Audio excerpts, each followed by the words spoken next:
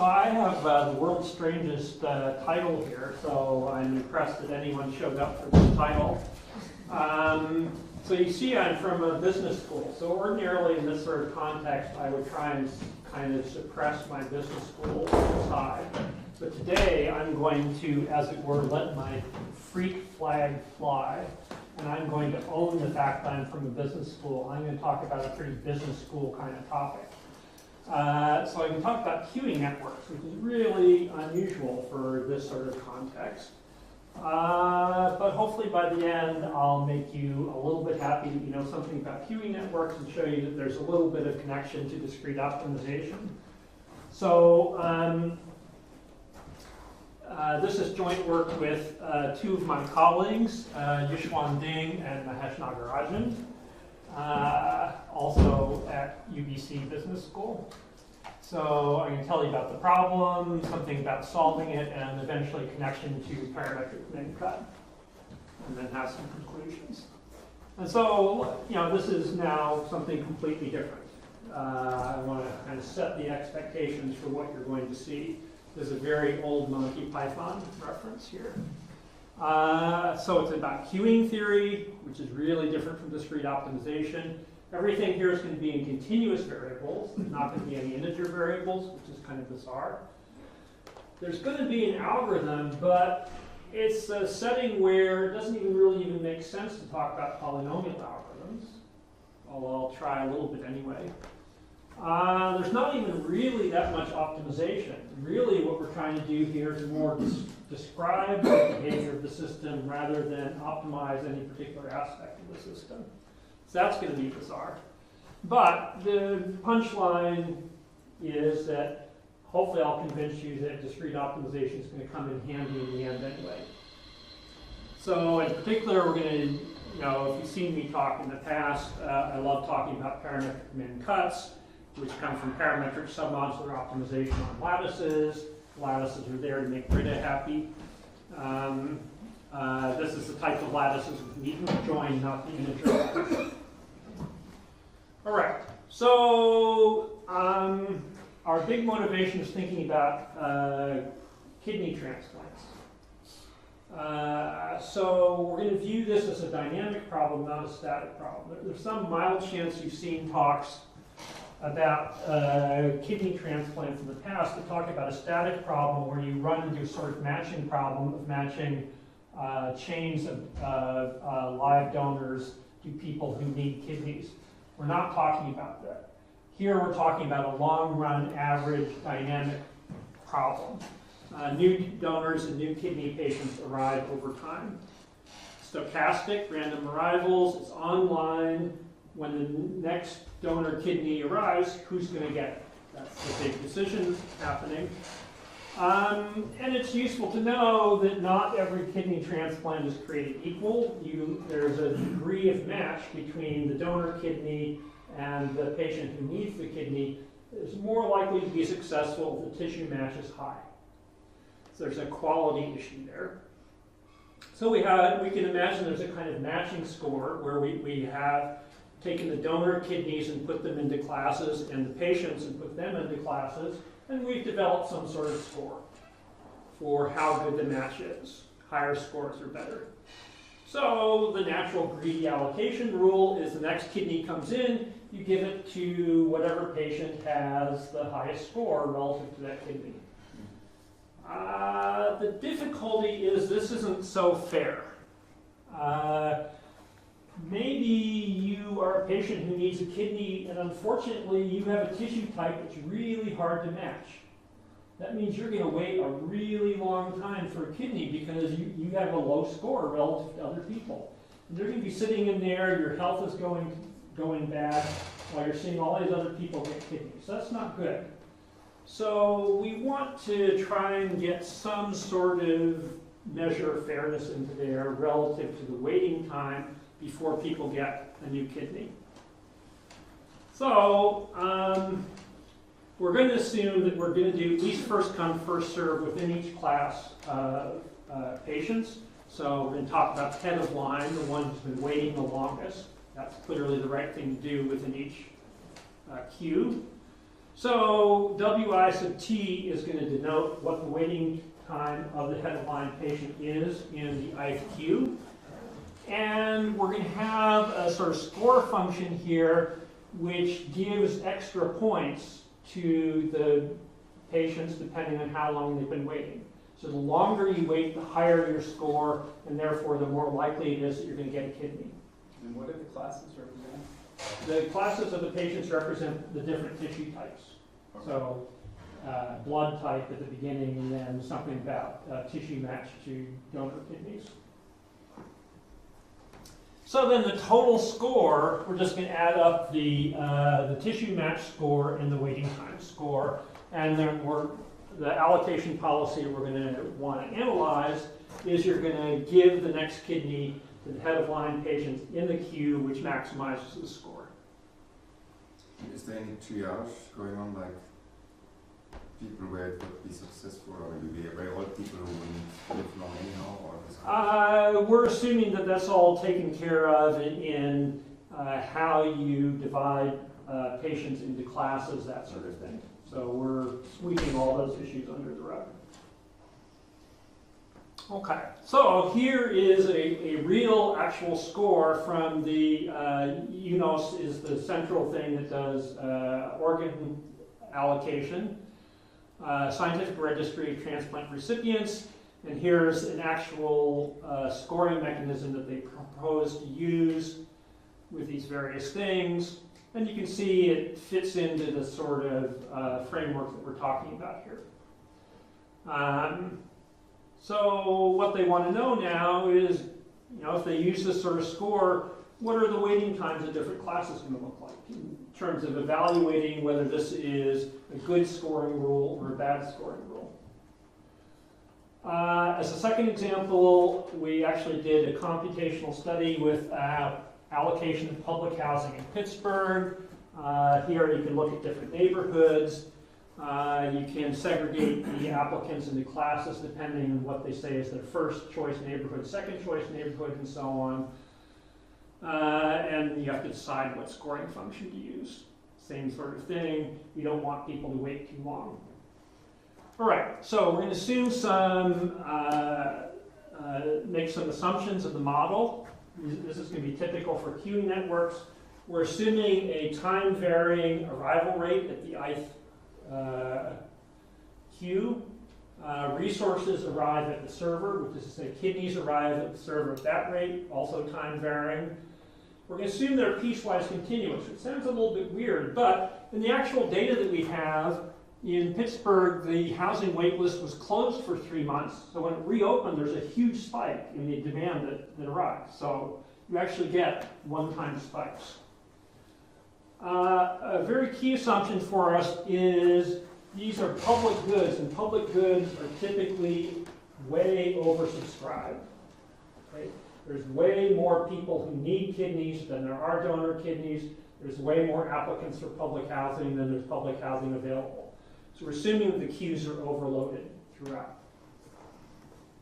And in particular, we're assuming that clients become discouraged over time. A more direct way to say this in the context of kidney allocation is the patients die over time. If they don't get a kidney, they're going to leave the waiting list because they die, or possibly they're lucky and they get a live donor. So one way or another, people get discouraged and they leave with that sort of distribution. And so eventually everyone's either going to be served or they're going to abandon the waiting line. There's our rule. So our aim is to compute just what does the behavior of this look like over time in terms of evaluating what the goodness of the score is. And okay, you're also interested in the long run steady state if the arrival and service rates are actually time invariant. So we'll briefly address that at the end. Or, I mean, if they cycle in some sense. If there's some periodicity. Yeah, I mean, that's what you would probably expect. Yeah, that's not going to happen actually. We're actually going to be able to get to a steady state under the assumptions that we're going to make. You'll see. But if they're not time invariant, what's the transient behavior? in practice, the transient behavior can be quite long. In the simulation study we did in Pittsburgh, it took like 20 years to reach a steady state. So the transient behavior is quite important. It's actually pretty unusual in queuing to look at transient behavior. Usually people just look at the steady state, but we are more ambitious than that. Okay, so here's a little example to kind of figure out our intuition about what should be going on here. So it's a bipartite queuing system, right? We have resources arriving here, we have like patients arriving there, and at any given time, you're going to have the resources that arrive here are going to be serving one queue over another queue, depending on what the score is. So at the moment, the scores in QA are better than the scores in QB, so both the servers are serving QA. Okay. Maybe at some time something changes, everything's changing over time. So now we have the resources in 2 are now serving both queues, both A and B. And this is actually going to be really important for our analysis, because if you think about it, this is going to happen over some time interval. In order for resource 2 to split its resource between 2 different queues, it has to see exactly the same scores at those 2 queues, which means the rate at which the score is changing over time has to stay exactly tied during that whole time period. Okay? So if there's a whole time interval where you're serving 2 different queues, the scores have to stay tied, which means the rate of change has to be exactly the same in those 2 queues. So we're going to be interested in what's the rate of change of the scores over time. And we're also interested in the connected components of these things, which we're calling the routing components. Sorry, just a stupid question. Are the queues discrete or continuous? In what sense? I mean, like, you have, 5 people in the queue, or can you have 4.5 people in the queue? In real world, they're discrete. We are going to do something to effectively make them continuous, because otherwise it's way too hard to analyze. Okay, yeah. So that's actually a pretty key thing for us. All right, and then maybe later on, it goes like this. Okay, so it changes over time. Key thing is we're basically going to be able to do the analysis if we can figure out what these routing components are, what the connected components of this graph are at any given time. That's what we really need to figure out, at least for the discrete part. Okay, so exactly computing behavior is really difficult. So we're going to consider a fluid approximation. This is the real answer to Dan's question. Is the discrete nature of the people in the queues too hard, so we're just going to make everything continuous. So we don't have to worry about those issues. Yeah, I guess I mean, if you're doing things discretely, like, so there's no limit on how many people can get served at once? I mean, it's just like... Well, it's one at a time in real life. One kidney shows up, goes to one patient. Right, but so you had these arcs that were serving, these servers that were serving 2 at one time, so I was just trying to understand that. Yeah, it makes sense once you realize we're going to do a fluid approximation. Okay. That's where it makes sense. Yeah. Okay. So, the young co-author, Yishwan Ding, he's big on fluid approximation, so that's where this is coming from. So here are some examples from the queuing literature of people doing this. Okay, so we have now, it's going to be like network flow. It's cool. We have actually demand fluid and resource fluid flowing around. Some of it's evaporating because of the abandonment and so on. When demand fluid hits supply fluid, it cancels out. The service happens. This is great. Okay, so we want to compute all this stuff. It turns out when you work through pages and pages of algebra, the key thing is computing the waiting times over time. We don't have to worry about the other stuff so much. And it starts to look like network flow. So, this is the rate of supply at J, and we have that the routing amounts from server J to queues I, the sum of those over the i's, because of oversupply, is going to exactly equal the supply rate. So it's like conservation of flow. It really is, looks like a flow in a bipartite network. Cool. But there's also some complementary slackness constraints. Because of the scoring business, we have to have some sort of disallow some arcs depending on what's happening with the scores. We have to track what's happening with the scores to know which arcs we're actually allowed to use for flow. Okay, so as I tried to foreshadow, behavior changes as the scores change, so we need to compute the rate of change. So here comes the really ugly algebra. This is the score change rate, the score change rate at Qi. Because the score changes in time only because the waiting time changes in time, the score change rate depends only on I, not on J. So it's only subscripted by I. And it comes out to be this linear function, interestingly, where the coefficients are these ugly things. And, well, because of flow conservation, if we set this as the total flow on the arc from I to T, as it were, to the sink, we can rewrite it in this even more simple form, like that. A nice affine linear function.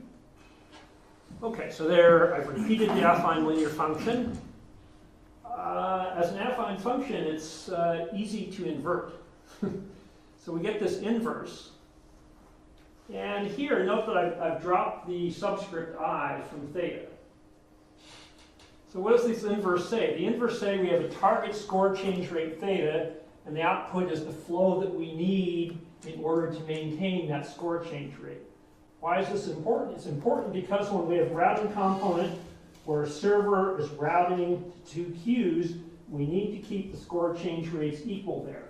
So this is essentially backing out, saying given that we have the same theta at these two queues, what are the flows that we're going to need on these two arcs in order to achieve keeping these scores tied? And happily for me, now we can treat theta as a parameter, so we have parametric flow. So suddenly I'm feeling very comfortable, very happy. Okay. So we want to construct the process, to demonstrate that it has a solution at all, compute its transient behavior, make the policy guys happy. So let's suppose that we've succeeded up till time t0 and we want to expand. So here's what our flow network looks like. Notice that we have only a subset of arcs in the middle because of the score business. We're only having the arcs in the middle that are allowed due to score. And here are the capacities we're going to put on the network. These are the capacities you'd expect. These are the things from this inverse function. This is this business of we want to keep the score change rate equal in those components where it's necessary to keep the scores tied. Okay, so it's a parametric flow. All right, so like I said, these parametric capacities, that enforces that all the i's served by J keep their scores tied like they need to. You might say, oh, it's an affine function, it might be negative. There's standard ways of dealing with that in parametric flow. It doesn't actually bother anything. That's fine. It's decreasing theta. Okay, so it has parameters only on the arcs at the sink. Now those capacities are decreasing. This is something that's called source sink monotone.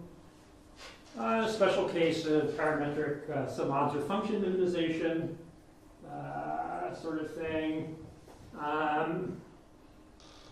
So this ensures that we get nested min cuts, which is nice because there's not so many min cuts.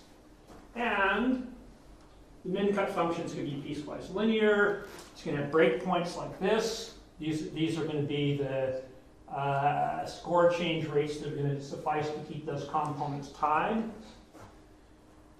So here's the one place where we can actually have a real algorithm where we can quote a polynomial running time. You can compute all those using that technique in the same time as essentially one max flow. Okay, so those are the primitive components. Those are like almost the routing components that we need. It has these nice properties here. Unfortunately, it turns out that these primitive components might further decompose because you can get degenerate min cuts. So sometimes they break apart into pieces, and then it's not really so clear whether the pieces should be glued together or not. You know, time is going to advance, and when time advances, does this arc with zero flow suddenly get used or not? That's not so easy to figure out. So bizarrely, we have a linear complementarity problem, LCP, that we can solve in order to figure out which of those minimal components needs to get glued together to get the actual routing components. So GGT gives us these big primitive components. They split apart into little minimal components, and we maybe glue some of them back together to get the actual routing components. And that LCP has unique solution, or does the LCP have a unique solution, or? Yeah, it does. Yeah, we can show that.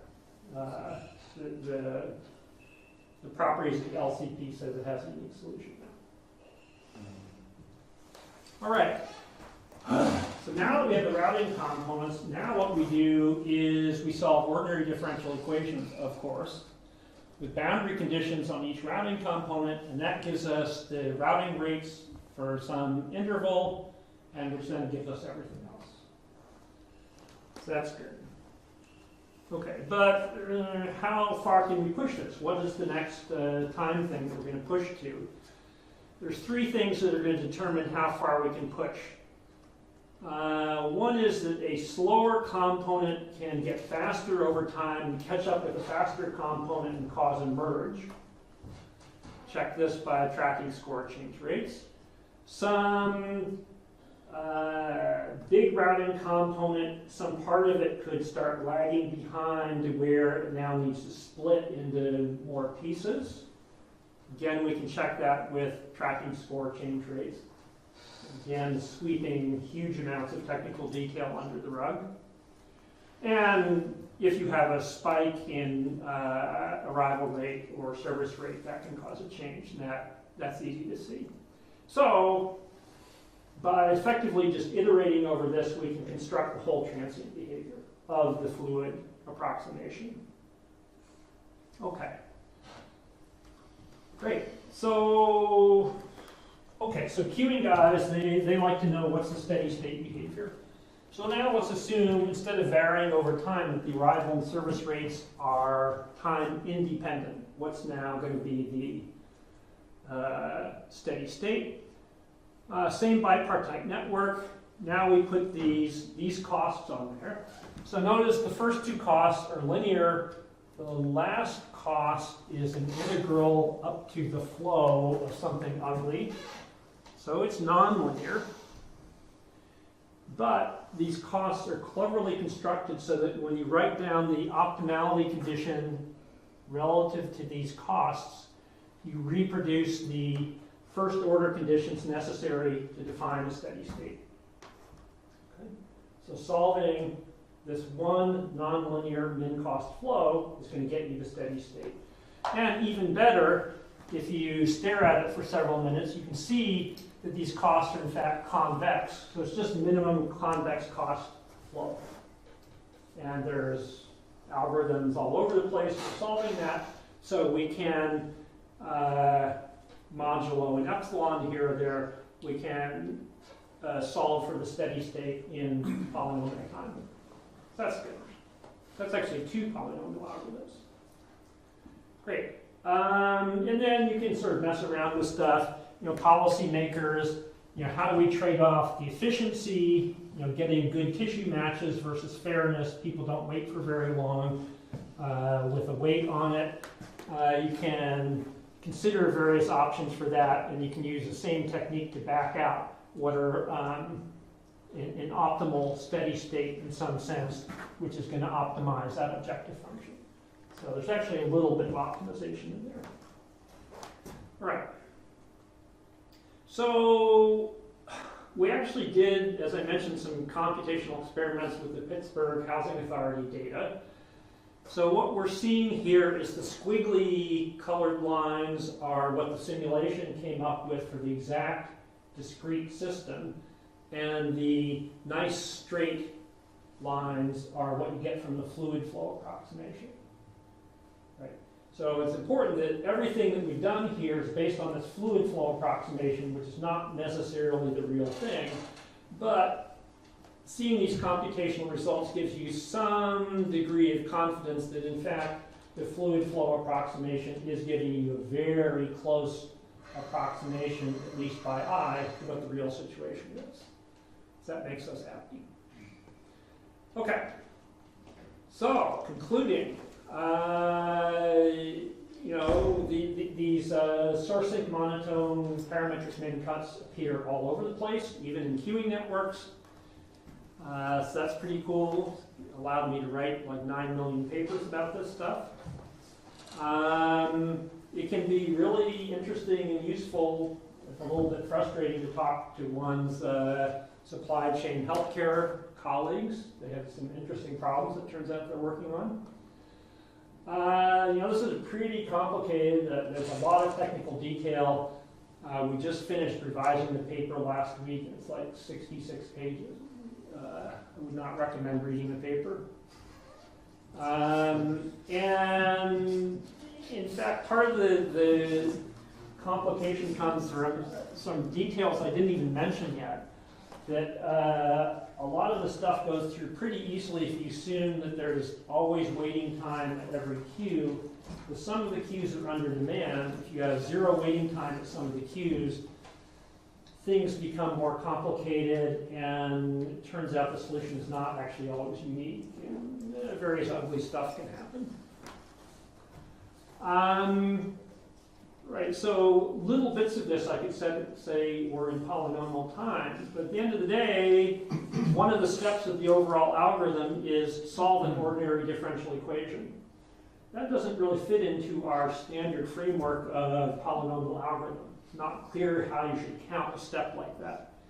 So I'm not really claiming anything about polynomiality here. We are able to make it run way faster than the simulation at least. That's good. There's some, if you're interested in queuing, there's some interesting open questions. We have this nice picture, but really we should have a formal convergence proof. Does the fluid approximation really converge to the stochastic behavior? Not clear. In real life terms, could we incorporate consumer choice? Blah, blah, blah. Who knows? So that's it. Thanks.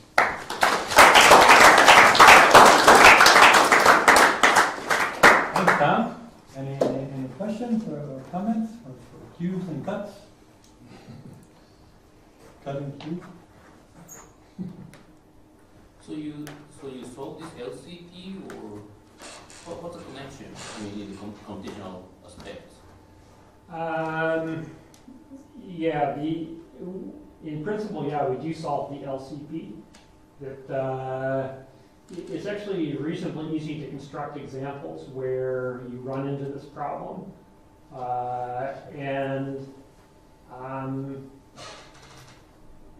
It's easy to construct examples that kind of go either way, where one of these components